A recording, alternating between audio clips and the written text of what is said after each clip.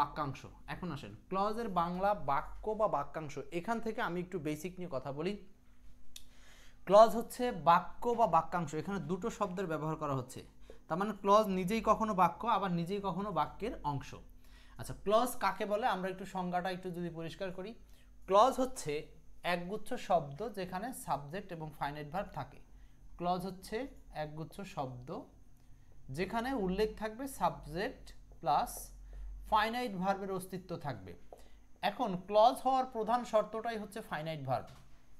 আমরা সাবজেক্ট কখনো উল্লেখ পাবো, কখনো বা পাবো না। তার মানে একটা ক্লজ হতে হলে নিঃসন্দেহে আপনি সেখানে ফাইনাইট ভার্বের অস্তিত্ব পাবেন। ফাইনাইট ভার্ব কি? যে ভার্ব দেখে আমরা টেন্স চিনি। মানে আপনাকে সহজ ভাষায় যদি বলি যে টেন্স ভার্ব, এটা আসলে কি বলবো, ইংলিশ শেখার স্ট্যান্ডার্ডের মধ্যে পড়ে না যে আমি এইভাবে বোঝাবো আপনাকে। তারপরেও যেহেতু আমরা সবাই ইংরেজিতে মোটামুটি দুর্বল, সো এই জন্য বুঝিয়ে বলছি। ফাইনাইট ভার্ব বলতে সেই ভার্বগুলো বুঝি যেই ভার্বগুলো দেখে আমরা টেন্স চিনি, প্রেজেন্ট ইনডেফিনিট, পাস্ট ইনডেফিনিট, এইগুলো। অর্থাৎ এই ফাইনাইট ভার্ব থাকলে আমরা এই একগুচ্ছ শব্দকে বলবো হচ্ছে ক্লজ। ক্লিয়ার? আর ফাইনাইট ভার্ব যদি না থাকে তাহলে ওই একগুচ্ছ শব্দের নাম হয় হচ্ছে ফ্রেজ, যেটা আপনাদেরকে ফ্রেজের জন্য আলাদা একটা ক্লাসের লিংক দিয়ে দেব। এখন আসেন, ক্লজ কত প্রকার? এই ক্লজ হচ্ছে মোট 3 প্রকার। ক্লজ কত প্রকার? ক্লজ হচ্ছে মোট 3 প্রকার। আমরা একটু পড়ে নিই। ক্লজ,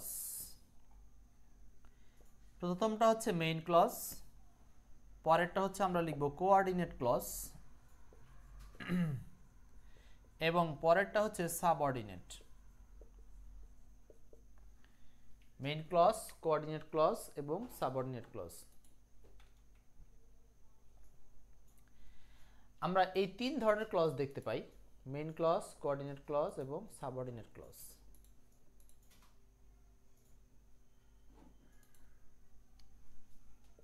আচ্ছা, এখন আসেন এই সাবঅর্ডিনেট ক্লজকে আবার 3 ভাগে ভাগ করা যায়।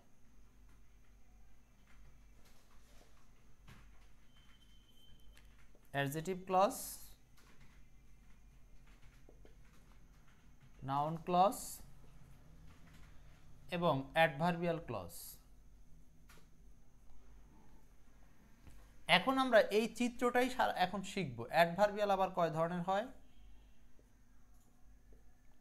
Manner, place, time, reason. খুবই সহজ হইতে শিখাবো। এখানে কেউ এটাকে কি বলবো, যে পেঁচাপেচি যেটাকে বলে অনেকে, যে এটাকে পেঁচিয়ে ফেলার মতো একটা বদ অভ্যাস যাদের থাকবে তারা কিন্তু এই পেঁচাপেচির মধ্যে যাবেন না। আমি একটু ক্লিয়ার করছি, দাঁড়ান।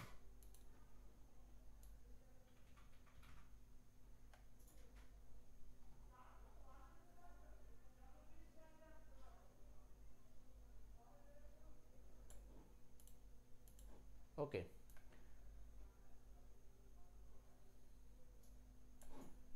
দেখেন তাহের আহমেদ, তাহলে অ্যাডভার্বিয়াল ক্লজ আবার 4 প্রকার: adverb of manner, adverb of place, adverb of time, adverb of reason. এখন আমরা এগুলো এক একটা ধারাবাহিকভাবে শিখে নিব।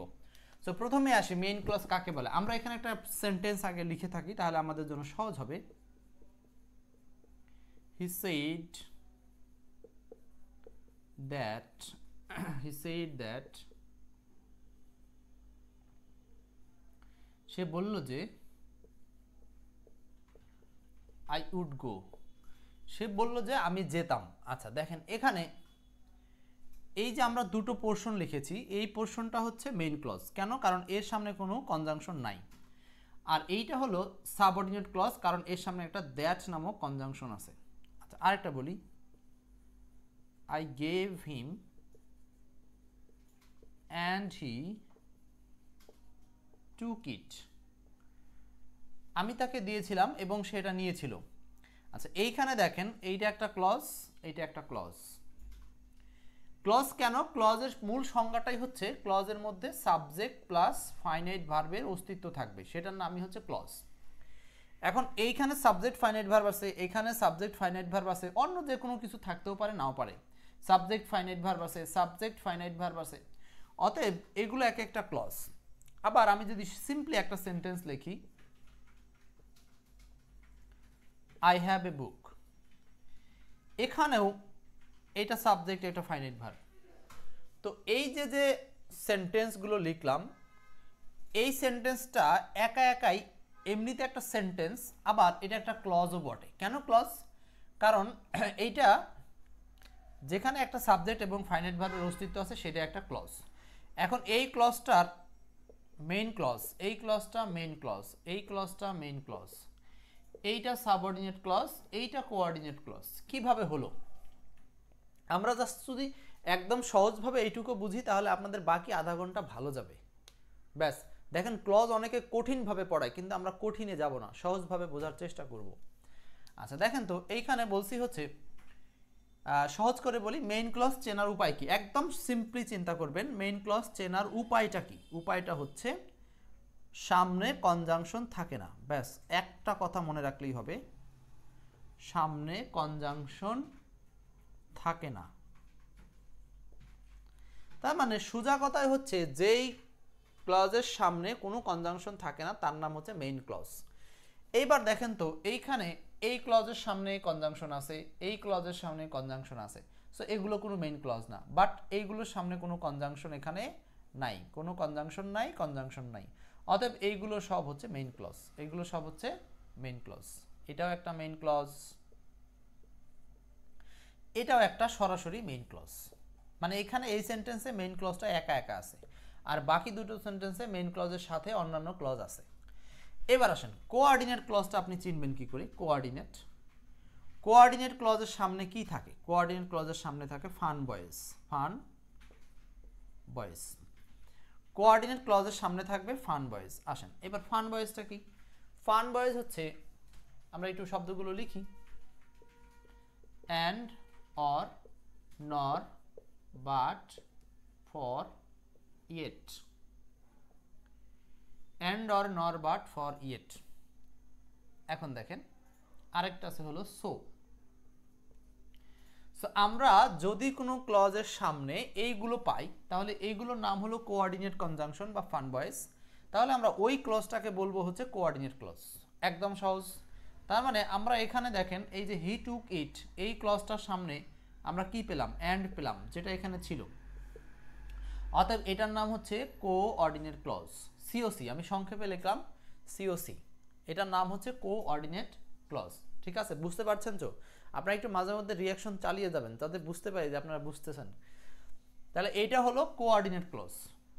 কেন? কারণ এর সামনে অ্যান্ড আছে। এটা হলো মেইন ক্লজ। কেন? এর সামনে কোনো ক্লজ নাই। দেখেন, মেইন ক্লজের অতিরিক্ত কোনো হাতিয়ারের প্রয়োজন হয় না। মেইন ক্লজ সে একাই বস, অতএব এর সামনে কোনো কনজাংশনের নিড নাই। সো ক্লজ চেনার মূল সূত্রটাই হচ্ছে এর সামনে কনজাংশন দেখা। কনজাংশন চিনতে হলে কনজাংশন দুই প্রকার, ওটা চিনলেই হয়ে যায়। এইগুলোর নাম হচ্ছে কোঅর্ডিনেট কনজাংশন, এইগুলোর নাম হচ্ছে কোঅর্ডিনেট কনজাংশন, যাকে আমি মজা করে বলেছি ফান বয়েজ। আপনি ফান বয়েজ মুখস্থ রাখতে পারেন, অথবা সরাসরি এইগুলো মনে রাখবেন, যার যেটা সুবিধা। যে অ্যান্ড, অর, নর, but, so, yet, for, and, or, নর, বাট, সো, ইয়েট, ফর, কয়েকবার একটু মুখে মুখে উচ্চারণ করেন। অ্যান্ড, অর, নর, but, so, yet, for, and, or, নর, বাট, সো, ইয়েট, ফর, এইগুলো যদি থাকে কোনো ক্লজের সামনে তাহলে ওই ক্লজের নাম হলো কোঅর্ডিনেট ক্লজ। এইবার সাবঅর্ডিনেট, একদম ইজি। সাবঅর্ডিনেট হচ্ছে এই ফান বয়েজ বাদে পৃথিবীতে অন্যান্য যত কনজাংশন আছে। সো আমি এখানে অন্যান্য কনজাংশন কথাটা লিখলেই হচ্ছে অন্যান্য কনজাংশন। এই যে কোঅর্ডিনেট কনজাংশনগুলো লিখলাম, এগুলো বাদে পৃথিবীতে যত কনজাংশন আমরা চিনি সেগুলো থাকলে সেটা সাবঅর্ডিনেট। সেই ক্লজগুলো, কনজাংশনের নাম সাবঅর্ডিনেট, ক্লজের নামও সাবঅর্ডিনেট। আসেন দেখি কি কি আছে। যেমন ইফ, দো, অলদো, বাট, সিন্স, বিফোর। কতগুলো জানেন আপনারা? লিখতে থাকেন তো, কে কতগুলো জানেন লিখেন, দেখি কে কতগুলো বলতে পারেন। সাবঅর্ডিনেট কনজাংশন মানে অন্যান্য কনজাংশন আর কি।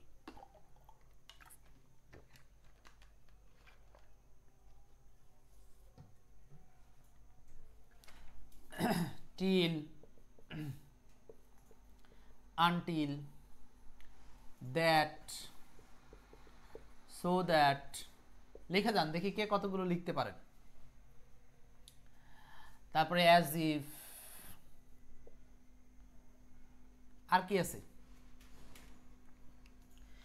এরকম যত জানেন আপনারা, সোজা কথা এই অ্যান্ড আর নর বাট সো ইয়েট ফর এই কটা বাদে যত কনজাংশন আছে সেগুলো সব হচ্ছে সাবঅর্ডিনেট।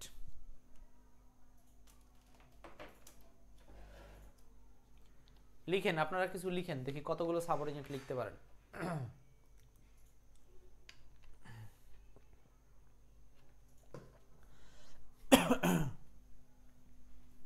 ওকে, তাহলে আমরা সাবঅর্ডিনেট কনজাংশন এই তিনটা সেন্টেন্সের মধ্যে কোনটায় আছে?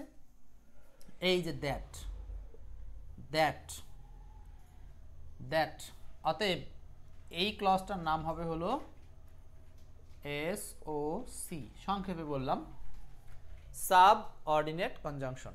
এই ক্লজটার নাম হচ্ছে subordinate conjunction, subordinate conjunction. Okay fine, তাহলে আমাদের এই পর্যন্ত চেনা শেষ। মেইন ক্লজ কাকে বলে, কোঅর্ডিনেট ক্লজ কাকে বলে, সাবঅর্ডিনেট ক্লজ কাকে বলে। সোজা কথা সহজ করে বলি, যেই ক্লজের সামনে কোনো কনজাংশন থাকবে না সেটার নাম মেইন ক্লজ। আই মিন এইটা, এইটা, এইটা। মেইন ক্লজ একা থাকতে পারে, কিন্তু কোঅর্ডিনেট বা সাবঅর্ডিনেট একা থাকতে পারে না, কারণ কোঅর্ডিনেট বা সাবঅর্ডিনেট হতে হলে অবশ্যই তার সামনে আরেকটা মেইন ক্লজ লাগবে। এবার আসেন coordinate clause, FANBOYS conjunction যার সামনে থাকবে সেটা হলো কোঅর্ডিনেট ক্লজ।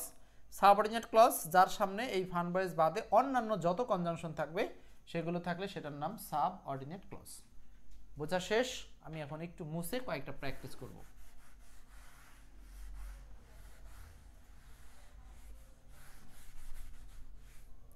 আসেন প্র্যাকটিসের দিকে একটু আগাই। এইটা একটু পড়েন, কিছু এমসিকিউ পড়েন, দ্রুত পড়বেন। হ্যাঁ, দ্য চিলড্রেন আর সেভ, বলা হচ্ছে শিশুরা হচ্ছে নিরাপদ, ভালো কথা। ইজ, এটা কোন ধরনের ক্লজ? এখানে অপশনে নাম দিয়েছে, এটা হলো ইন্ডিপেন্ডেন্ট ক্লজ নাকি main clause, both or none. ঝটপট উত্তর করতে হবে। 1 নম্বর প্রশ্নটা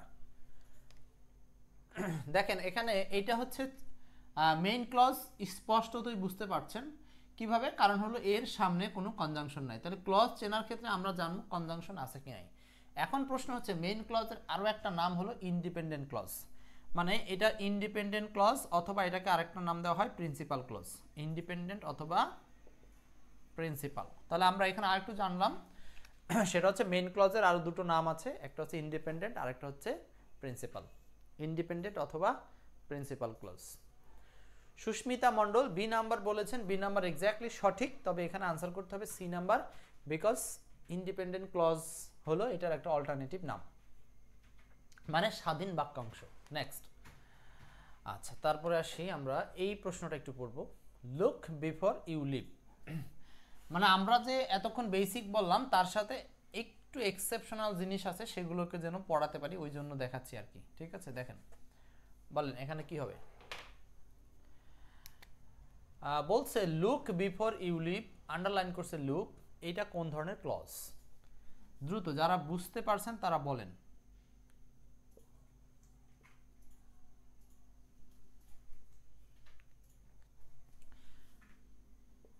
তিনের আনসার একজন বলছেন সি নাম্বার, কেয়া কেয়া বলছেন সি নাম্বার, রাইট। কেন এটাকে আমরা সি প্রিন্সিপাল ক্লজ বলছি? কারণটা হচ্ছে দেখেন, এখানে লুক এই ক্লজ, এটা একটা ক্লজ। এখন একজন যদি বলে এটাই ক্লজ, একটা শব্দ দিয়ে কি ক্লজ হবে? হ্যাঁ হবে।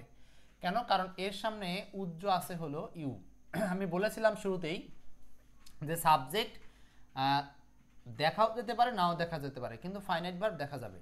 সো এখানে ফাইনাইট ভার্ব হচ্ছে লুক, অতএব ইউ লুক এটা একটা ক্লজ। এবং কোন ক্লজ? এটা একটা মেইন ক্লজ।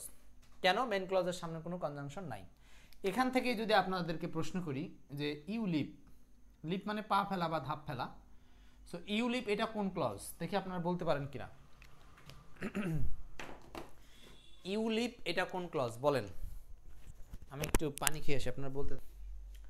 আচ্ছা, সাবঅর্ডিনেট ক্লজ, রাইট। কেন সাবঅর্ডিনেট? কারণ হচ্ছে এখানে দেখেন আমরা এর সামনে একটা ওয়ার্ড পাচ্ছি বিফোর, আর বিফোরটা হচ্ছে অন্যান্য কনজাংশনের মধ্যে পড়ে, অতএব এটা একটা সাবঅর্ডিনেট ক্লজ।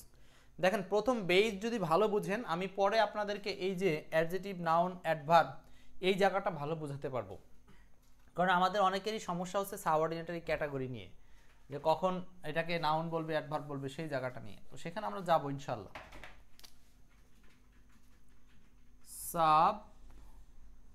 সাবঅর্ডিনেট ক্লজ সংক্ষেপে লিখে রাখলাম। আচ্ছা নেক্সট, এরপর দেখেন পরের উদাহরণে যাই। এ ক্লজ মাস্ট হ্যাভ, একটা ক্লজে অবশ্যই কি থাকবে, অবশ্যই কি থাকবে একটা ক্লজে। 4 নম্বরটা subject, cause effect, subject and verb. So এখানে 4 নম্বরটার আনসার হবে অনলি এ ভার্ব। বলা যাবে না যে শুধু ভার্ব থাকবে তা না, বরং একটা ক্লজে থাকবে সাবজেক্ট এবং ভার্ব, এই কথাটা আমরা বলবো 4 ডি। 5 নম্বর identify the clause of the sentence no notice of him so he flew into rage. এখানে সো যুক্ত অংশটাকে আন্ডারলাইন করেছে। সো আপনি বলেন আন্ডারলাইনের ক্ষেত্রে এখানে একটা জিনিস আপনারা অনেকে কনফিউজ হতে পারেন যে আন্ডারলাইন কি আপনার এই কনজাংশন সো সহ করবে নাকি বাদ দিয়ে করবে। কোনো সমস্যা নাই, সো সহ করুক বাদ দিয়ে করুক একই কথা। সো এটা কোন ক্লজ? পিপাসা আপু বলেন 5 নাম্বারটা এটা কোন clause? So he flew into rage, এটা কোন ক্লজ? 5 এর আনসার হচ্ছে এই নাম্বার, এক্স্যাক্টলি তাই। এটা হচ্ছে কোঅর্ডিনেট। কেন? কারণ এখানে হচ্ছে সো আছে। ব্যাস, তা আমি ধরে নিলাম আপনারা এই পর্যন্ত clear. Main clause, coordinate clause, subordinate clause এই পর্যন্ত ক্লিয়ার ধরে নিলাম। নেক্সট আমরা আগাচ্ছি। আচ্ছা,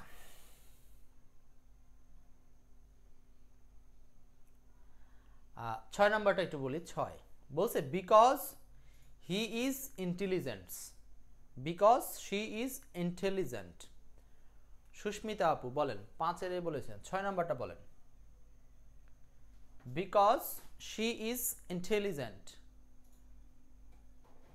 শি থিঙ্কিং হারসেলফ, এইটা কি হবে আনসার? এটা কোন ক্লজ? এই যে যেই ক্লজের সামনে কনজাংশন আছে কি বিকজ। সো এখন এখানে একটা জিনিস আপনাদেরকে ধরিয়ে দিই, সেটা হলো অনেকে চিন্তা করতে পারেন যে মেইন ক্লজ আগে থাকে নাকি সাবঅর্ডিনেট ক্লজ আগে থাকে। এই আগে পরের ক্ষেত্রে কোনো টেনশন করবেন না, কারণ হলো একটা সেন্টেন্সে এই যে এখানে যেমন সাবঅর্ডিনেট ক্লজটা বাক্যের আগে আছে, তো সেই ক্ষেত্রে এখানে একটা কমা বসেছে, তাই না? এই যে কমা দেখা যাচ্ছে, আর মেইন ক্লজটা বসেছে পরে। সো এই ঘটনাটা উল্টো হতে পারে, মেইন ক্লজটা আগে বসতে পারে, সাবঅর্ডিনেটটা পরে বসতে পারে, আরও উল্টো হতে পারে। সেটা দেখা গেছে যে আপনার মেইন ক্লজটা মাঝখানে থাকতে পারে, সাবঅর্ডিনেটটা দুই পাশে থাকতে পারে, কিংবা মেইন ক্লজটা দুই পাশে চলে যেতে পারে, সাবঅর্ডিনেটটা মাঝখানে আসতে পারে। এগুলো নানানভাবে বসতে পারে।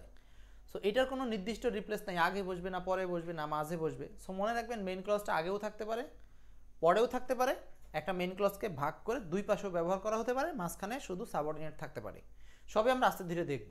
আচ্ছা, তাহলে এখানে সাবঅর্ডিনেটটা আছে আগে, মেইন ক্লজ চলে গেছে পরে, ফাইন। সো এখানে এটা হলো সাবঅর্ডিনেট। সাবঅর্ডিনেটের আরেকটা নাম আছে, সেটা হচ্ছে ডিপেন্ডেন্ট ক্লজ। সাবঅর্ডিনেটের আরেকটা নাম হলো ডিপেন্ডেন্ট। ডিপেন্ডেন্ট মানে কি? নির্ভরশীল। ডিপেন্ডেন্ট। সাবঅর্ডিনেটের আরেক নাম হচ্ছে ডিপেন্ডেন্ট ক্লজ বা নির্ভরশীল ক্লজ। ওকে, 6 এর আনসারটা 1।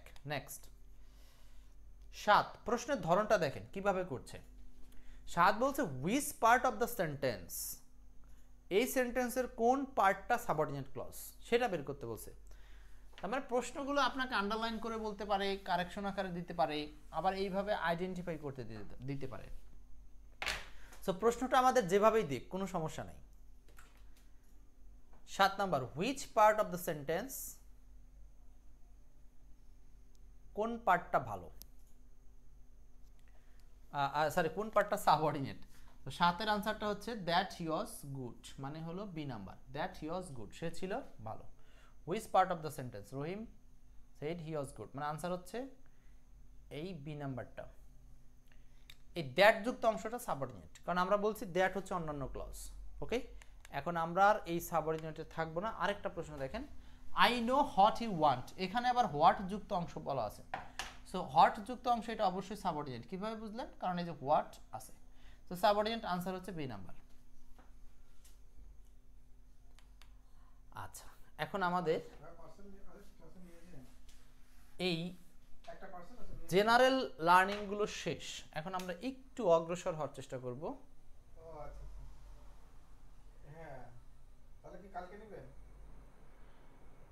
আমাদের এই পার্টটা শেখা শেষ। এখন যাব আমরা এই সাবঅর্ডিনেটের ক্যাটাগরিতে। সো এই যে আমরা সাবঅর্ডিনেটগুলোকে শিখলাম, এই সাবঅর্ডিনেটগুলোকে আবার কিভাবে অন্যান্য নাম ধারণ করে, কোনোটা অ্যাডজেটিভ, কোনোটা নাউন, কোনোটা অ্যাডভার্বিয়াল। এখন এইটা আমরা একটু শিখব। আসেন আমরা উদাহরণ যাচ্ছি, খেয়াল করার চেষ্টা করি। I have bought a book which you recommend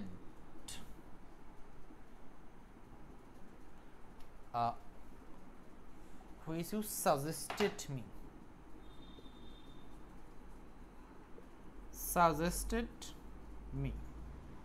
আচ্ছা, সেন্টেন্সটা আমি লিখলাম। তো প্রথম কথা হচ্ছে এই সেন্টেন্সটার দুটো পার্ট আছে, এটা হলো মেইন ক্লজ, আর এই হুইচ যুক্ত অংশটা হচ্ছে সাবঅর্ডিনেট ক্লজ, রাইট? পরীক্ষা আমাকে প্রশ্ন করবে এটা সাবঅর্ডিনেট ক্লজ বুঝলাম, কিন্তু অপশন দিবে এটা কি সাবঅর্ডিনেটের অ্যাডজেটিভ, অপশন এ নাকি নাউন ক্লজ, অপশন সি নাকি অ্যাডভার্বিয়াল ক্লজ, এইভাবে অপশন দিবে। কিন্তু অপশনে এই সাবঅর্ডিনেট বা ডিপেন্ডেন্ট কথাটা থাকবে না। ভালো কথা। এখন এই তিনটা বোঝার জন্য আমরা নর্মালি যে নাউন চিনি, অ্যাডজেটিভ চিনি, অ্যাডভার্ব চিনি, ওই জায়গাটা চিনলেই আমার এইটা চেনা সম্ভব। তো সেইটা কি করে চিনব? আমরা অ্যাডজেটিভ যেভাবে চিনি এইভাবেই চিনব। অ্যাডজেটিভের সংজ্ঞাটা কি? অ্যাডজেটিভের সংজ্ঞা হচ্ছে যে শব্দ বা শব্দগুচ্ছ কোনো নাউন বা প্রোনাউনকে নিয়ে কথা বলে, যে শব্দ বা শব্দগুচ্ছ কোনো নাউন বা প্রোনাউনকে নিয়ে কথা বলে, বা নাউন বা প্রোনাউনকে নির্দেশ করে, বা নাউন প্রোনাউনের দোষ, গুণ, সংখ্যা, পরিমাণ, অবস্থা ইত্যাদি প্রকাশ করে, তার নাম হলো অ্যাডজেটিভ। সেম ভাবে আমরা বলবো যে অ্যাডজেটিভ ক্লজটা বা যেই সাবঅর্ডিনেট ক্লজটা নাউন বা প্রোনাউনের দোষ, গুণ, সংখ্যা, পরিমাণ, অবস্থা ইত্যাদি নির্দেশ করে, তার নাম হলো অ্যাডজেটিভ ক্লজ। এখন দেখেন এখানে এই যে এই সাবঅর্ডিনেট ক্লজ, এটা এই সেন্টেন্সের এই অংশে দেখেন একটা বুক কথাটা আছে, এটাকে মডিফাই করছে কিভাবে? আই হ্যাভ বট এ বুক, আমি একটা বই কিনেছি। হুইচ ইউ সাজেস্টেড মি, কোন বইটা কিনেছি? যেই বইটা তুমি আমাকে সাজেস্ট করেছো, যেটা আমাকে সাজেস্ট করেছো সেই বইটা। তার মানে এই হুইচ থেকে বাকি অংশ এই সেন্টেন্সের কাকে নির্দেশ করছে? বেসিকটা বুঝেন আগে। এই সেন্টেন্সে সে নির্দেশ করছে এই বুককে, রাইট? বুক একটা নাউন, অতএব এই যে ক্লজটা এই নাউনকে নির্দেশ করেছে, বিধায় এই সাবঅর্ডিনেট ক্লজের অ্যাডজেটিভ ভার্সন হয়ে গেছে। ক্লিয়ার? এই কারণে আমরা এই সাবঅর্ডিনেট ক্লজের আরেকটা নাম দিচ্ছি অ্যাডজেটিভ ক্লজ।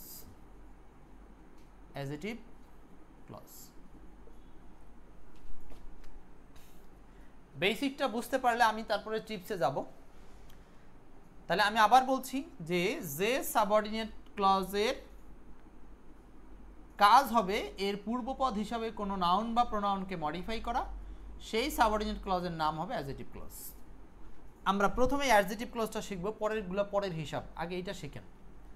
আচ্ছা, এখন এ জাতীয় কিছু এক্সাম্পল আপনাদেরকে যদি আরও দেই আপনারা আরও বুঝবেন। যেমন এই প্রশ্নটা একটু বলি, দেখেন একটা প্রশ্ন দিয়েছি, বলছি this is the book dash I lost, here I lost. এখানে আই লস্টটা কি? অপশনগুলোর দিকে যদি তাকাই, আমাদের প্রথম টার্গেট অপশনের দিকে তাকালে আমরা দেখতে পাচ্ছি এখানে সাবঅর্ডিনেট কথাটা নাই, কিন্তু আমরা জানি এটা সাবঅর্ডিনেট কিভাবে। এখানে কিন্তু একটা কনজাংশন উজ্জ আছে। আপনাদেরকে আরেকটা থিম বলে দেই, কনজাংশন কোনো কোনো সেন্টেন্সে উজ্জ থাকতে পারে। This is the book that I lost, দেখেন এইখানে দ্যাট বা হুইচ কথাটা আছে, এটা বলার প্রয়োজন হচ্ছে না, কারণ এটা এমনিতে বোঝা যাচ্ছে। সো ইংরেজরা সাধারণত এরকম শর্টকাট প্রসেসগুলো অবলম্বন করে, তারা যেটা প্রয়োজন না এমনি বোঝা যায় ওইগুলো উল্লেখও করে না, লেখেও না। আচ্ছা, ওরা পেঁচাপেচি পছন্দ না, তার মানে এখানে আমরা দ্যাট কথাটা ব্যবহার করি না। This is the book that I lost, that ছিল। তো দ্যাটের পাশে একটা সাবঅর্ডিনেট। এখন কোন সাবঅর্ডিনেট, এটা অ্যাডজেক্টিভ বোঝার উপায় কি? কারণ এই যে আমি যেটা হারিয়েছি সেই বইটা, অর্থাৎ সামনে একটা নাউন কিন্তু উল্লেখ আছে। এই যে বুক নাউনটা সামনে উল্লেখ আছে, অতএব এইটা হচ্ছে পূর্বপদ নাউন পাওয়া যাচ্ছে, এটার নাম অ্যাডজেক্টিভ ক্লজ, এটার নাম অ্যাডজেক্টিভ ক্লজ। ক্লিয়ার? বুঝতে পারতেছি? আমরা আরও উদাহরণ দেব বোঝার স্বার্থে, কোনো টেনশনের কারণ নেই। নেক্সট এই প্রশ্নটা একটু পড়েন। তো এখন আমরা আরেকটা বাড়তি কথা আপনাদেরকে বলছি, সেটা হলো দেখেন এই যে অ্যাডজেক্টিভ ক্লজ আমি এতক্ষণ বললাম সংজ্ঞায়, এখন আমি মানে চেনার উপায় স্বরূপ একটা কথা বলি যে অ্যাডজেক্টিভ ক্লজটা আপনি যে চিনবেন, চেনার উপায় কি? উপায়টা হলো পূর্বপদ পাবেন, পূর্বপদ থাকে। জাস্ট ছোট্ট একটা কথা মনে রাখলে হয়ে যাবে। এখন পূর্বপদ জিনিসটা কি? অ্যাডজেক্টিভ ক্লজের পূর্বপদ থাকে, এই জিনিসটা কি? পূর্বপদ হচ্ছে এই যে কনজাংশন থাকবে, কনজাংশনের সাথে মিল রেখে পূর্বপদ, পূর্বে অবস্থিত কোনো নাউন বা প্রোনাউনকে আমরা পূর্বপদ বলছি। পূর্বপদের সংজ্ঞাটা মনে রাখতে হবে। পূর্বপদ হতে পারে কি কি? নাউন বা প্রোনাউন, নাউন বা প্রোনাউন। এখন সেই নাউন প্রোনাউন হবে এই কনজাংশনের সাথে মিল রেখে। কেন? কারণ আপনি হুইজ তো তার পাশেই দিবেন যেটা বস্তুকে রেফার করে। সেখানে মানুষ থাকলে হুইজ দিবেন তা কিন্তু হবে না, ওরকম হলে এই সংজ্ঞাটার মধ্যে পড়বে না। সংজ্ঞাটা হচ্ছে কনজাংশন অনুযায়ী পূর্বপদ, মানে কনজাংশন বস্তুবাচক হলে বুক বা বস্তুবাচক কোনো বিষয় বসবে, কিংবা এখানে যদি ব্যক্তি হয় তাহলে এখানে হু হোম বসতে পারে। হ্যাঁ, এখানে যদি সময়বাচক শব্দ থাকে তাহলে এখানে বসতে পারে হোয়েন। এখানে যদি স্থানবাচক শব্দ থাকে তাহলে বসতে পারে হয়ার। সো এই যে ম্যাচিংটা থাকবে, সো এই ম্যাচিং আকারে যদি কোনো কনজাংশনের পূর্বপদ পাওয়া যায় তাহলে আপনি নিঃসন্দেহে চোখ বুঝে বলে নিতে পারেন সেটা হলো অ্যাডজেক্টিভ ক্লজ। কারণ এই কনজাংশনের সাথে যখন পূর্বপদ ম্যাচিং থাকবে তখন বুঝতে হবে যে এটা অ্যাডজেক্টিভের জন্যই, কাজ করার জন্যই আসছে। সো এই কারণে আমরা একটা শর্টকাট একটা টিপস বলতে পারি যে অ্যাডজেক্টিভ ক্লজের পূর্বপদ থাকে, এবং সেটা কি অনুযায়ী? কনজাংশন অনুযায়ী, কনজাংশনের সাথে মিল রেখে থাকবে। আচ্ছা, এখন এই টিপসটা একটু ফলো করে আপনাদেরকে, হ্যাঁ, যারা ওই যে বুঝে পড়তে চান না, টিপস ফলো করতে চান, তাদের জন্য এই টিপস। যদি এই সব টিপসগুলো কিন্তু আপনাদের জন্য এক্সপার্ট ইংলিশ বইতে সুন্দর করে উল্লেখ করা আছে। আচ্ছা, তারপরে আসেন, বলছি the poor boy who was dash, the poor boy who was an অরফান। এখানে দেখেন এই যে আছে হু, তাই না? হু আছে, রাইট? হু, খেয়াল করেন এই যে হু। সো হু অনুযায়ী এখানে একটা পূর্বপদ আছে, সেটা হলো দ্য পোর বয়, বয়, তাই না? সো হু তো সাধারণত আমরা জানি ব্যক্তিকে রেফার করে। সো সেম ভাবে এখানে কিন্তু ব্যক্তি আছে, ব্যক্তি আছে। সো হু কনজাংশনের সাথে মিল রেখে পূর্বপদ পাওয়া যাচ্ছে। অতএব আপনি আর কোনো কিছু না ভেবেই এটাকে আনসার করতে পারেন অ্যাডজেক্টিভ ক্লজ। অ্যাডজেক্টিভ ক্লজ মিলে যাবে আনসারটা। কেন? বাক্যটা যদি এখন আপনি ব্যাখ্যা করে বোঝার চেষ্টা করেন, দেখেন আপনি শুধু টিপস বললেই হবে না, একজনকে তো বোঝাতেও হবে জিনিসটা। আমাদের সোসাইটিতে খালি টিপস নিয়ে ব্যস্ত, টিপসের পাশাপাশি আমি আপনাদেরকে বেসিকটা বুঝিয়ে দিই। So the poor boy who was an অরফান, মানে যে ছিল এতিম সেই দরিদ্র বালকটি, মানে এতিম দরিদ্র বালকটি, তার মানে এই হু ওয়াজ অ্যান অরফান এই কথাটা কাকে ধরেছে? এই বয়কে ধরেছে। ক্লিয়ার? সো এখন দেখেন এই বয় হলো মেইন ক্লজের সাবজেক্ট, আর এই মেইন ক্লজের ভার্বটা পরে আছে। দেখেন এই যে continue has his studies, continue his studies মানে could not continue his studies. So এইখানে the poor boy subject, could not continue his studies. এই the poor boy subject, could not continue his studies, এইটুকু হলো এই সাবজেক্টের সেন্টেন্সের অংশ। So এই সেন্টেন্সের ভার্ব হলো কন্টিনিউ। সো দেখেন এখানে কিন্তু মেইন ক্লজটা দুই ভাগ হয়ে গেছে। মেইন ক্লজের সাবজেক্টটা আছে শুরুতে, আর মেইন ক্লজের ভার্ব সহ বাকি অংশ আছে শেষে, আর মাঝে চলে আসে সাবঅর্ডিনেট ক্লজ, এই হু থেকে বাকি অংশ। এই সাবঅর্ডিনেট ক্লজটাই হচ্ছে অ্যাডজেক্টিভ ক্লজ। ক্লিয়ার? কেন অ্যাডজেক্টিভ? কারণ এখানে হু অনুযায়ী পূর্বপদ বয় পাওয়া গেছে, তার মানে এই সাবঅর্ডিনেট অংশটা এই বয়কে নির্দেশ করেছে, বয়ের অবস্থা বা বয়ের পরিচয় দিয়েছে। অতএব এটা হলো একটা অ্যাডজেক্টিভ ক্লজ। ক্লিয়ার? তাহলে বেসিক বুঝতে পারলে বাকিটাও বুঝতে পারবেন, কোনো সমস্যা নাই। নেক্সট আমরা পরের উদাহরণে যাচ্ছি। এইটা দেখেন তো সেম ভাবে 11 নম্বরটা দেখেন, 11 the book which I bought is lost. Same 11 নম্বরে অ্যাডজেক্টিভ ক্লজ। কিভাবে দেখেন? আনসার করা বড় বিষয় না, বড় বিষয়টা হলো বুঝতে পারলাম কিনা। সুস্মিতা আপু, the book which I bought, এই যে হুইচ দ্বারা এই বইকে নির্দেশ করেছে। ক্লিয়ার? আচ্ছা, এখন আমি আপনাদেরকে একটু ক্লুতে চলে যাই। এইখানে এই সেন্টেন্সটা আমি যদি জাস্ট পূর্বপদটাকে উইথড্র করে দেই, মানে এখানে আর পূর্বপদ নাই। এখন আরেকটু আগাচ্ছি আমরা। I have bought dash which you suggested me. এখানে দেখেন, এখানে I have bought dash which you suggested me, এই জায়গাতে আপনার পূর্বপদ যদি আপনারা চিন্তা করেন বট কি পূর্বপদ কি না, না। কেন বটকে পূর্বপদ বলবো না? কারণ এইটা হলো একটা ভার্ব। আমরা বলছিলাম পূর্বপদ হওয়ার শর্তটা হলো নাউন বা প্রোনাউন, নাউন বা প্রোনাউন, মনে থাকতে হবে কথাগুলো। সো যেহেতু এখানে নাউন প্রোনাউন উল্লেখ নাই, তাহলে আমরা এই সেন্টেন্সে এইটাকে আর অ্যাডজেক্টিভ বলতে পারবো না, অন্য কিছু বলবো। সেটা কি বলবো সেটার হিসাব পড়ে, কিন্তু আমার স্টেপগুলো ফলো করতে হবে, না হলে সারা জীবন এখানে সবাই যেমন বিপদে পড়ে আপনিও বিপদে থাকবেন। স্টেপটা ফলো করেন। তার মানে এখানে আমরা শিওর হলাম যে এখানে একই জিনিস পূর্বপদ না থাকার কারণে এটা আর অ্যাডজেক্টিভ ক্লজ না। হ্যাঁ, এটা সাবঅর্ডিনেট তো বটেই। এখন সাবঅর্ডিনেটের কোন ভার্সন সেটা আমরা পরে যাব। তার মানে অ্যাডজেক্টিভ যখন হবে না, তো সাবঅর্ডিনেটের ভার্সন আছেই দুইটা, হয় নাউন না হলে অ্যাডভার্বিয়াল, হয় নাউন না হলে অ্যাডভার্বিয়াল, এই দুটোর মধ্যে যে কোনো একটা হবে, রাইট? আমরা টেনশনের কোনো কারণ নাই, এই দুইটার মধ্যে যে কোনো একটার মধ্যে মিলাতে পারলে হবে। আসেন এখন আসি, তাহলে আমাদের প্রথমত অ্যাডজেক্টিভ চেনার বিষয়টা শেষ। আমরা 12 নম্বরটা বলেন তো, এটা কি? সেমভাবে এটাও adjective. Adjective with the news সম্পর্কে দ্যাট ইউ হিয়ার্ড, তুমি যে নিউজটা শুনেছো। আবার টিপসের দিক থেকে বললে এই যে দ্যাট অনুযায়ী পূর্বপদ নিউজ কথাটা আছে, দ্যাটের সাথে মিল রেখে পূর্বপদ আছে। আচ্ছা, এগুলো সব সেম স্টাইল, পারবেন। এখন আসেন আমরা পরের টার্মসে যাই। পরের টার্মস হচ্ছে নাউন ক্লজ। নাউন ক্লজ কিভাবে চিনব?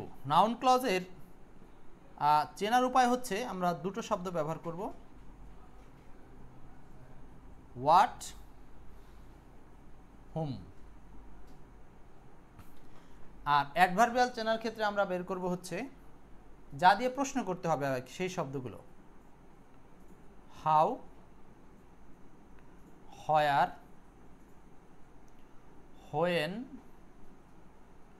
হোয়াই। ব্যাস, হাউ, হোয়ার, হোয়েন, হোয়াই। এখন দেখেন, নাউন ক্লজ বা অ্যাডভার্বিয়াল ক্লজ, এই দুটো ক্লজের কোনোটাতেই পূর্বপদ থাকবে না, প্রথম শর্ত। তো পূর্বপদ থাকবে না, কিন্তু সেটাকে আপনি চিনবেন কি করে? মানে আমি আবার বলছি যে নাউন ক্লজ বা অ্যাডভার্বিয়াল ক্লজের ক্ষেত্রে পূর্বপদ থাকে না। নাউন ক্লজ বা অ্যাডভার্বিয়াল ক্লজের ক্ষেত্রে কোনো পূর্বপদ থাকে না। তো যখনই পূর্বপদ না থাকবে তখন সেটাকে হয় নাউন হবে নয় অ্যাডভার্ব হবে। বোঝার উপায় কি? নাউন হলে সেটা হোয়াট বা হুমের উত্তর হিসেবে মিলবে, আর অ্যাডভার্বিয়াল হলে সেটা হাউ, হোয়ার, হোয়েন, হোয়াই দ্বারা মিলবে। এখন এবার আসি, এখন প্রশ্ন হলো যে আপনি যে প্রশ্ন করবেন, প্রশ্ন করার ক্ষেত্রে কিছু সমস্যা আছে, সেই সমস্যাগুলো বোঝার চেষ্টা করব, তাহলে আপনার বাকি বোঝা শেষ হয়ে যাবে, 15 মিনিটে ক্লাস শেষ হবে। প্রশ্নটা করবেন কাকে? আপনি যখন প্রশ্নটা করবেন, প্রশ্নটা করতে হবে মেইন ক্লজের মেইন ভার্বকে। আবার বলছি কথাটা, যখন আপনি পূর্বপদ পাচ্ছেন না এখানে, মানে পূর্বপদ অনুপস্থিত, পূর্বপদ মানে নাউন বা প্রোনাউন, সেটা এখানে নাই, তখন আপনার মাথায় আসবে যে এই সাবঅর্ডিনেটটা হয় নাউন হবে, না হলে অ্যাডভার্বিয়াল হবে। সো আপনাকে এখন প্রমাণ করতে হবে। প্রমাণ করতে হলে এই প্রশ্নগুলোর আশ্রয় নিতে হবে। প্রশ্ন করতে হবে মেইন ক্লজের মেইন ভার্বকে। হোয়াট আই হ্যাভ বট, আমি কি কিনেছিলাম। আপনি প্রশ্ন করলেন হোয়াট দিয়ে, আমি কি কিনেছি, উত্তরটা হচ্ছে হুইচ ইউ সাজেস্টেড মি, তুমি যেটা আমাকে সাজেস্ট করেছো। এখন আপনি হোয়াট দিয়ে প্রশ্ন করলে এই সাবঅর্ডিনেট ক্লজটা মিলে যাচ্ছে। হোয়াট দিয়ে প্রশ্ন করলে সাবঅর্ডিনেট ক্লজটা মিলে যাচ্ছে, যেটাকে আমরা মনে মনে ইট বলতে পারি, যে আমি এটা কিনেছি। এটা বলতে কি, তুমি আমাকে যেটা সাজেস্ট করেছো। সো এই ক্লজের একটা ইন্টারনাল মিনিং আছে, আপনি সেই জিনিসটা ক্রয় করেছেন। হোয়াট দিয়ে প্রশ্ন করে আনসার পারলেন। হোয়াট দিয়ে প্রশ্ন করেছেন কাকে? এই যে এটা মেইন ক্লজ, মেইন ক্লজের মেইন ভার্বকে প্রশ্ন করেছেন। তাহলে আমি কি কিনেছি, তুমি আমাকে যেটা সাজেস্ট করেছো সেটা কিনেছি। অতএব এইটা হলো একটা নাউন ক্লজ। তার মানে নাউন ক্লজের আরেকটা বৈশিষ্ট্য হচ্ছে এটাকে অবজেক্ট বলা যায়। কেন? কারণ এটা ভার্বের পরে অবজেক্টের ন্যায় কাজ করে, ভার্বের পরে অবজেক্টের ন্যায় কাজ করে, কখনো কখনো সাবজেক্টের পজিশনও আসতে পারে, তার মানে সাবজেক্টের ন্যায় কাজ করে। কেন সাবজেক্ট অবজেক্ট বলতেছি? কারণ আমরা জানি নাউনের পজিশন সাবজেক্টের আগেও হয়, মানে সাবজেক্টের পজিশনও হয়, অবজেক্টের পজিশনও নাউন হয়। দ্যাটস ওয়াই আমরা নাউনের পজিশনটাকে সাবজেক্ট বা অবজেক্ট দুই দিক থেকেই বলার চেষ্টা করছি। এখন আসে, তাহলে হোয়াট দিয়ে প্রশ্ন করলে এটা মিলে গেলাম। এখন আরেকটা বিষয় বলি যে নাউন ক্লজ হচ্ছে সাধারণত অবজেক্টের পজিশন, আবার সাবজেক্টের পজিশন, আবার বি ভার্বের পরেও বসে। সো এইটা হোয়াট বা হোম দ্বারা প্রশ্ন করছি কেন? কারণ এটা হলো অবজেক্টের পজিশন ফলো করে। তাহলে অবজেক্টের পজিশন ফলো করে কোন ভার্বগুলো, এটা আবার একটু জানতে হবে। অবজেক্টের পজিশন ফলো করে ট্রানজিটিভ ভার্বগুলো। সো আপনি যদি কখনো কোনো ট্রানজিটিভ ভার্বের পর সাবঅর্ডিনেট ক্লজ পান, তাহলে আপনি চোখ বুঝে ওটাকে আবার নাউন ক্লজ বলতে পারবেন। কেন? কারণ ট্রানজিটিভ ভার্বের পরে যেটা থাকে সেটা নাউনই হয় অথবা প্রোনাউন হয়। প্রোনাউন নামে যেহেতু কোনো ক্লজ নাই, অতএব সেটার নাম নাউন ক্লজ। প্রোনাউন নামে কোনো ক্লজ নাই। আচ্ছা, এই যে বটের মতো যত ট্রানজিটিভ ভার্ব আছে, যেমন নো,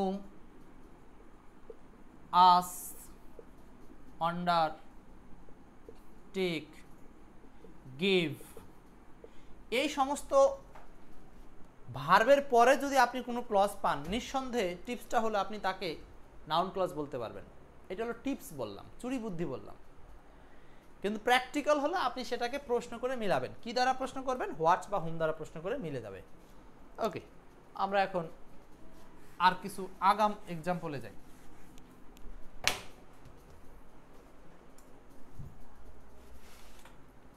এইখানে আসেন, এটা একটু পড়ে।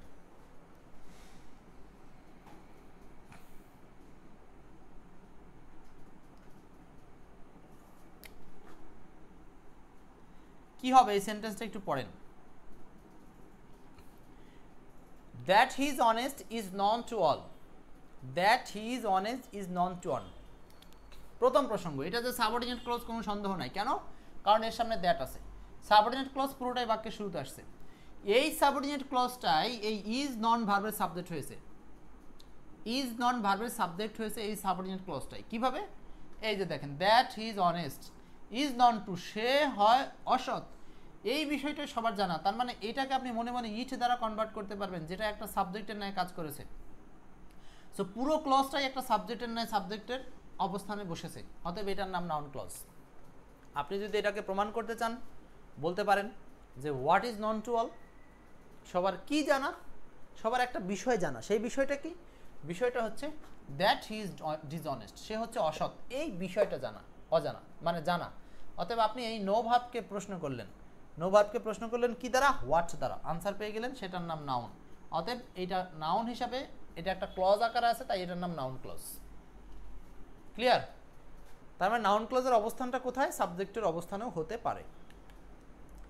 এটা বলে সেম 17 নম্বর টাইপেরই, আগেরটা টাইপ। বলছে identified a clause of underline words. What is says is true, সে যা বলে তা সত্য। হোয়াট ইজ সেইজ, সে যা বলে, ইজ ট্রু। এখানে দেখেন, এখানে আমরা হোয়াট ইজ সেইজ ভালো করে বুঝি। সেইজ এইটা বাক্যের সাবজেক্টের পজিশনে আছে, ইজ ট্রু এটা হলো বাক্যের অন্য অংশ। দেখেন, এখন আপনারা বলতে পারেন যে এটা মেইন ক্লজ। মেইন ক্লজের সাবজেক্ট হিসাবে একটা সাবঅর্ডিনেট ক্লজ আসে। মেইন ক্লজের সাবজেক্ট হিসাবে একটা সাবঅর্ডিনেট ক্লজ আসতে পারে। সো হোয়াট হি সেইজ, সে যা বলে, হোয়াট ইজ সেইজ, সে যা বলে তা হয় সত্য। সো আপনি হোয়াট হি সেইজ এটাকেই আপনি আবার হোয়াট দ্বারা প্রশ্ন করে আনসার হিসাবে পাবেন। কি সত্য? আপনি হোয়াট ইজ ট্রু, আপনি এটার দ্বারা প্রশ্ন করলেন কি সত্য, উত্তর হচ্ছে হোয়াট ইজ সেইজ, সে যা বলে, মানে ইট, ইহাই সত্য, ইহাই সত্য। অতএব এটা হচ্ছে একটা নাউন ক্লজ। আমরা আবারও দেখলাম নাউন ক্লজের অবস্থান সাবজেক্টের পজিশনে পাওয়া গেছে। সেটা যে কোনো কনজাংশন দিয়ে থাকতে পারে, যেমন আগেরটা দ্যাট দিয়ে ছিল, এটা হোয়াট দিয়ে আছে, যাই হোক সেটা কোনো ম্যাটার নয়। নেক্সট, এইখানটাতে একটু পড়বো 19 নাম্বারটা, একটু এক্সেপশনালি সাজানো পারবেন। আমরা কিন্তু নাউন ক্লজ শিখছি। নাউন ক্লজ আমি বারবার যে কথাগুলো বলতেছি, এই কথাগুলো শোনাই আসল কাজ। নাউন ক্লজের পূর্বপদ থাকে না এবং সেটা হোয়াট বা হোমের উত্তর আরও একটা টিপস বলেছিলাম, সেটা হচ্ছে ট্রানজিটিভ ভার্বের পরে বসে।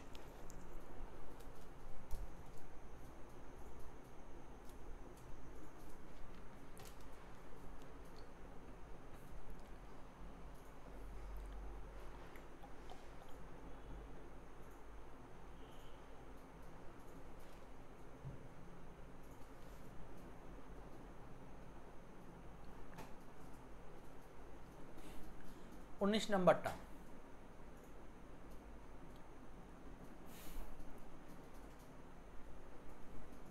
কেয়া। আচ্ছা, কে আপু বলছেন হচ্ছে 17, আমরা 19 নাম্বারটাতে আছি। Which sentence contains a noun, কোন সেন্টেন্সে নাউন আছে? ভালো, নাউন ক্লজ আছে, নাউন ক্লজ আছে আর কি, এখানে ক্লজ কথাটা ঢেকে গেছে আমাদের লোগোতে। What the presents think about the future is important, it is he who, this is the plan I lost, the house in which we lives in small.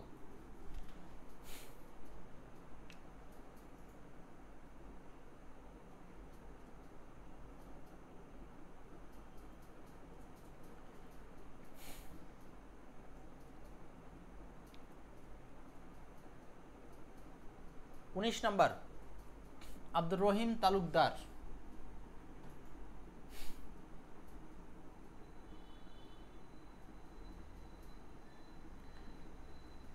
একটু কঠিন প্রশ্ন দিয়েছি, কিন্তু আপনার ব্রেনকে স্ট্রং করেন। 19 নাম্বারটা এক্স্যাক্টলি আনসার সঠিক, যারা পুরো ক্লাস দেখবে তারা পারতেই হবে। আনসার হচ্ছে এই number, what the presents think about the future, মানে অ্যাবাউট দেয়ার ফিউচার হবে, এখানে দেয়ার হবে, TACR, অ্যাবাউট দেয়ার ফিউচার, মানে হচ্ছে হোয়াট প্রেজেন্ট থিংস, তারা বর্তমানে ভবিষ্যৎ সম্পর্কে কি ভাবে, ইজ ইম্পর্টেন্ট টু চিলড্রেন, সেটাই হচ্ছে শিশুদের কাছে গুরুত্বপূর্ণ। সো এখানে হোয়াট থেকে ফিউচার পর্যন্ত হচ্ছে আপনার সাবজেক্ট, আর বাকিগুলো এই সাবজেক্টে হচ্ছে নাউন ক্লজ, আর বাকিগুলো অন্য ক্লজ। কেন বাকিগুলো? এটা হচ্ছে অ্যাডজেটিভ ক্লজ, কারণ হি এর উপরে হি আছে, হু আছে। এটাও অ্যাডজেটিভ ক্লজ, কারণ এখানে দ্যাট আছে, আর দ্যাটের পূর্বপদ দ্য পেন আছে, এই জন্য এটা অ্যাডজেটিভ ক্লজ। এটাও অ্যাডজেটিভ ক্লজ, কারণ এখানে দ্যাটের পূর্বে কনজাংশনের পূর্বে পূর্বপদ আছে, হাউস। ঠিক আছে, সো 19-এর আনসারটা হচ্ছে এই নাম্বার, পারবেন। তাহলে আমরা নাউন ক্লজটা বুঝে গেলাম, নাউন ক্লজ বোঝা শেষ।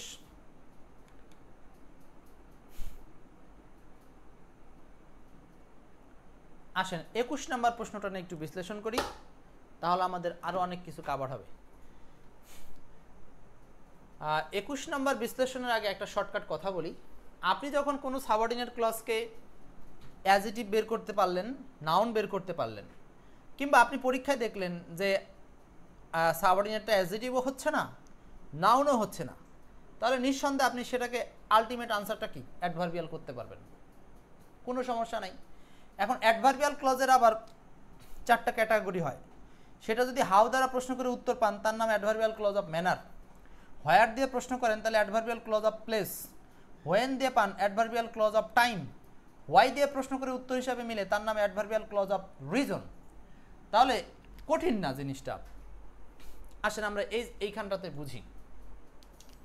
বলছে নিচের কোনটা নাউন ক্লজ, ভালো কথা, কোনটা নাউন সেটা আমাদের টার্গেট না, আমরা 4টা সেন্টেন্স বিশ্লেষণ করব। That he came our first surprised all, মানে যে প্রথমে প্রকাশ পেয়েছিল বা যা প্রথমে আসছিল, মানে সেটাই হচ্ছে সারপ্রাইজ করেছিল আমাদেরকে। সো এখানে এটা হলো নাউন ক্লজ। কেন? এটা সাবজেক্টের পজিশনে আন্ডারলাইন করা আছে।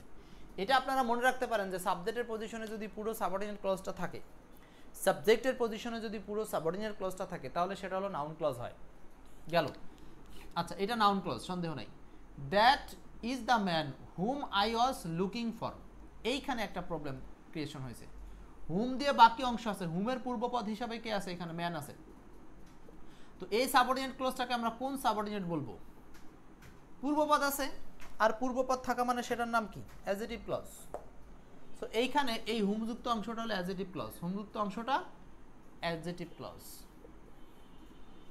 Next, C number, as he grew older he grew weaker, মানে সে যতটা বৃদ্ধ হচ্ছে আস্তে আস্তে ততটাও দুর্বল হচ্ছে। আচ্ছা, এখন দেখেন এইখানে এইটা হলো মেন ক্লজ, কমা দিয়ে সেপারেট করা আছে, কমা দিয়ে সেপারেট করা আছে মেন ক্লজ। আর এইটা এখানে কমা দিয়ে সেপারেট করে আগে আছে, তো এই যে অ্যাজ যুক্ত অংশটা এইটা হলো সাবঅর্ডিনেট ক্লজ। এখন এইটা কোন সাবঅর্ডিনেট ক্লজ? আপনি এটাকে অ্যাডজেটিভ বলতে পারতেছেন না। কেন বলতে পারতেছেন না? কারণ অ্যাজ এর পূর্বে কোনো পূর্বপদ নাই। পূর্বপদ না থাকলে সেটা অ্যাডজেটিভ ক্লজ হবে না, তাহলে এটা অ্যাডজেটিভ হলো না। নাউন কিনা, নাউন প্রমাণ করতে হলে আপনি এর আগে প্রমাণ করতে হবে গ্রিউকে হোয়াট দিয়ে, যে what grew, what grew weaker, মানে কি বাড়তে বাড়তে উইকার হচ্ছে সেটা আপনি বলতে পারবেন না, হোম দ্বারাও বলতে পারবেন না। কিন্তু আপনি যদি বলেন যে হোয়াই গ্রিউ উইকার, মানে কেন সে দুর্বল হচ্ছে, হোয়াই গ্রিউ উইকার, কেন সে দুর্বল হচ্ছে, আনসারটা হচ্ছে এটা।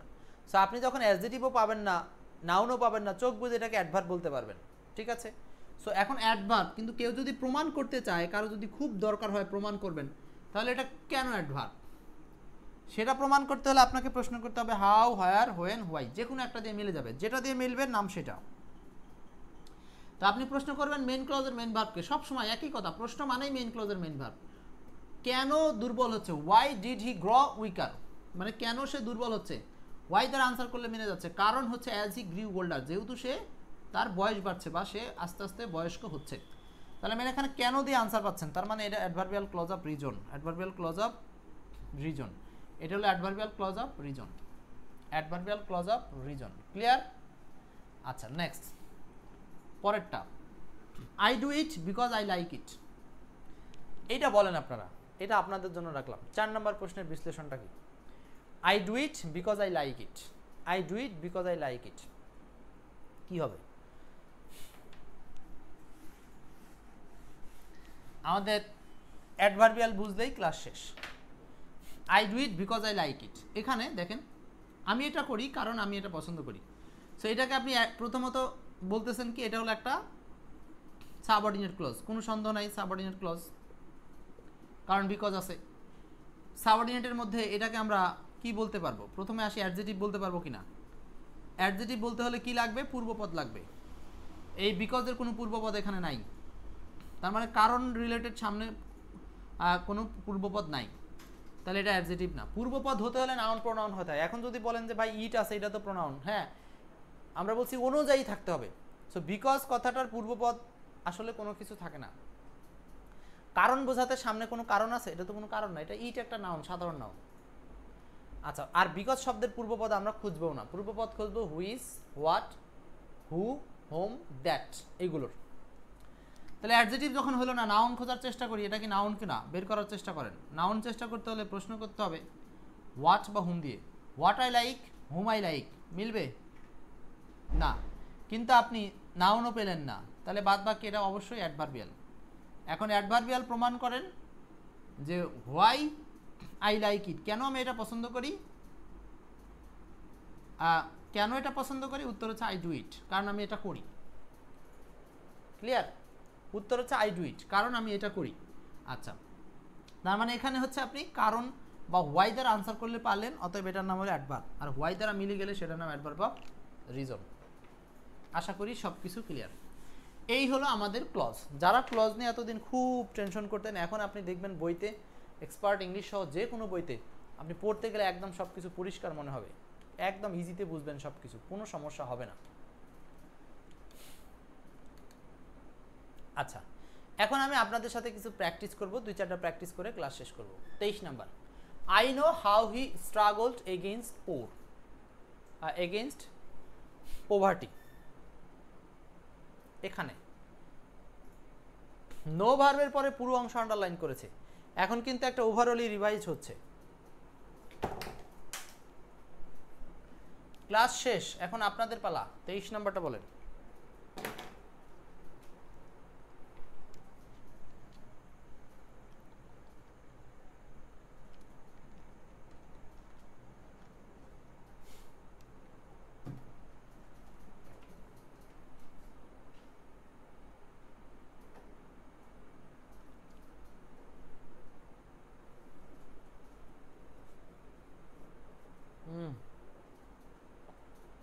জানলাটা খুলেন।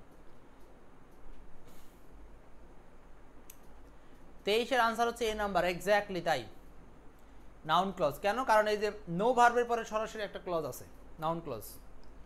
আমার মনে হয় আর প্রবলেম হবে না।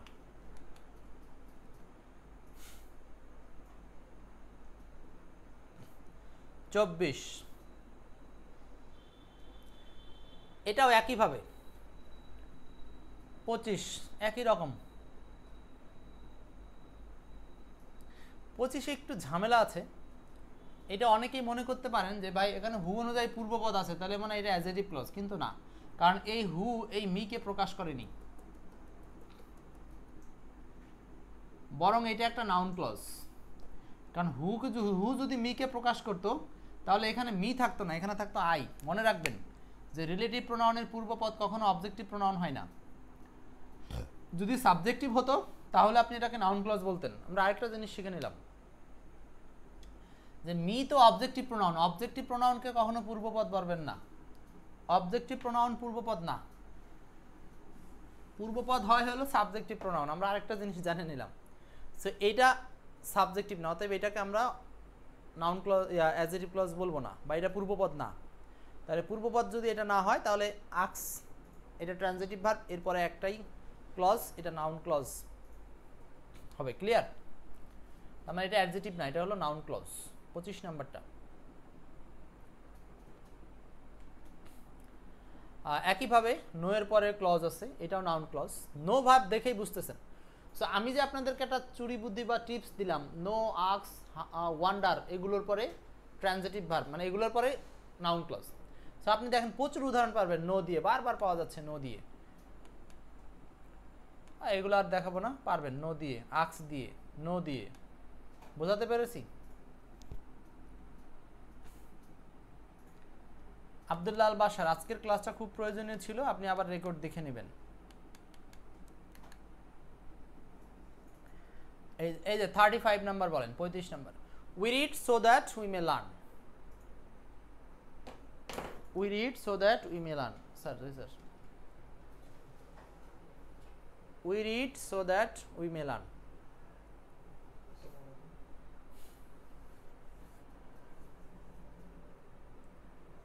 আমরা পড়ি আমরা যাতে শিখতে পারি, তাই তো? সো আমাকে বলেন যে এটা, আচ্ছা বুঝলাম 35 আপনারা বলবেন অ্যাডভার্বিয়াল ক্লজ, এতক্ষণ পর্যন্ত শিখেছেন, কিন্তু কোন অ্যাডভার্বিয়াল? অ্যাডভার্বের মধ্যে তো আরো ক্যাটাগরি আছে, adverb of manner, adverb of place, time, reason.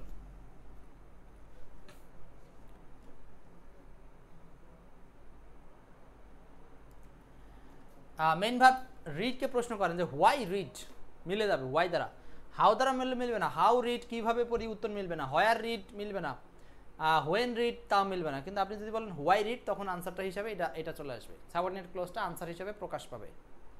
So 35 এটা হলো রিজন, অ্যাডভার্ব অফ রিজন। বেশ, এই ছিল আপনাদের সাথে আজকের আলোচনায় পুরো ম্যাটারটা। এখন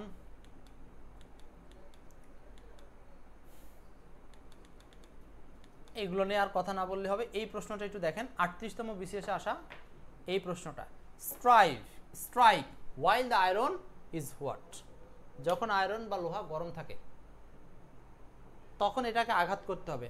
48 নাম্বার। সোজা কথা, এটার অনেকগুলো ইন্টারনাল মিনিং আছে, যে আপনার যখন যৌবন আছে তখন আপনি বিয়ে শাদী করে নেবেন।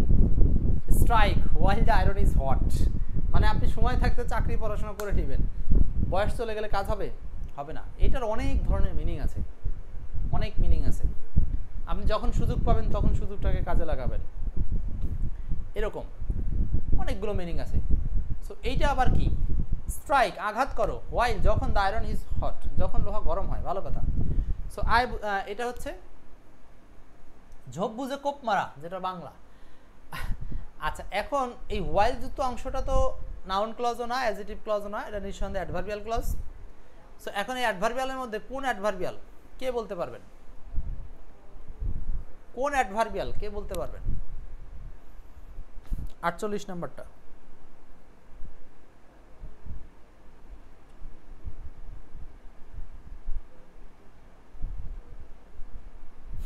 এইটা হচ্ছে অ্যাডভার্বের মধ্যে আপনি প্রশ্ন করেন যে কখন আঘাত করব, যখন লোহা গরম হবে। সো এইটা হলো adverbial clause of time. Naim, exactly. Sushmita, when দিয়ে প্রশ্ন, কিয়া ঠিকাদার। ফাইন, আমি আজকে সাকসেস। আপনাদেরকে আমি শেষ পর্যন্ত ক্লজ সম্পর্কে অন্তত বোঝাতে পেরেছি, যেটা নিয়ে সারা বাংলাদেশে সবার মাথা ব্যথা। ঠিক আছে, আশা করি আপনারা যারা লাইভ দেখেছেন তারা যেভাবে বলতে পেরেছেন, যারা পরে রেকর্ড দেখবে ইনশাল্লাহ তারাও সেমভাবে মনোযোগ দিয়ে ক্লাস করলে পুরোটা বুঝতে পারবে। সো আমাদের ক্লজ নিয়ে আর কোনো কথা বলা উচিত হবে না, বাকি যা আছে সেগুলো আপনারা বই পাঠ করবেন, বই থেকে শিখে নেবেন।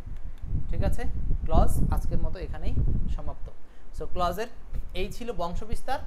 এই পুরো বংশবিস্তারটা একদম সংক্ষিপ্ত, এই জিনিসটুকু আপনি মাথায় রাখবেন, এইটুকু আপনি স্ক্রিনশট দিয়ে রাখেন ব্রেনের মধ্যে, কয়েকবার চোখ পিটপিট করে দেখবেন যে আপনার পরীক্ষার হলে সব অটোমেটিক মনে পড়বে, এবং এইটাই আপনারা শর্ট নোটের মধ্যে লিখে রাখবেন। ঠিক আছে, আজকের মতো এই পর্যন্তই। কারো কোনো প্রশ্ন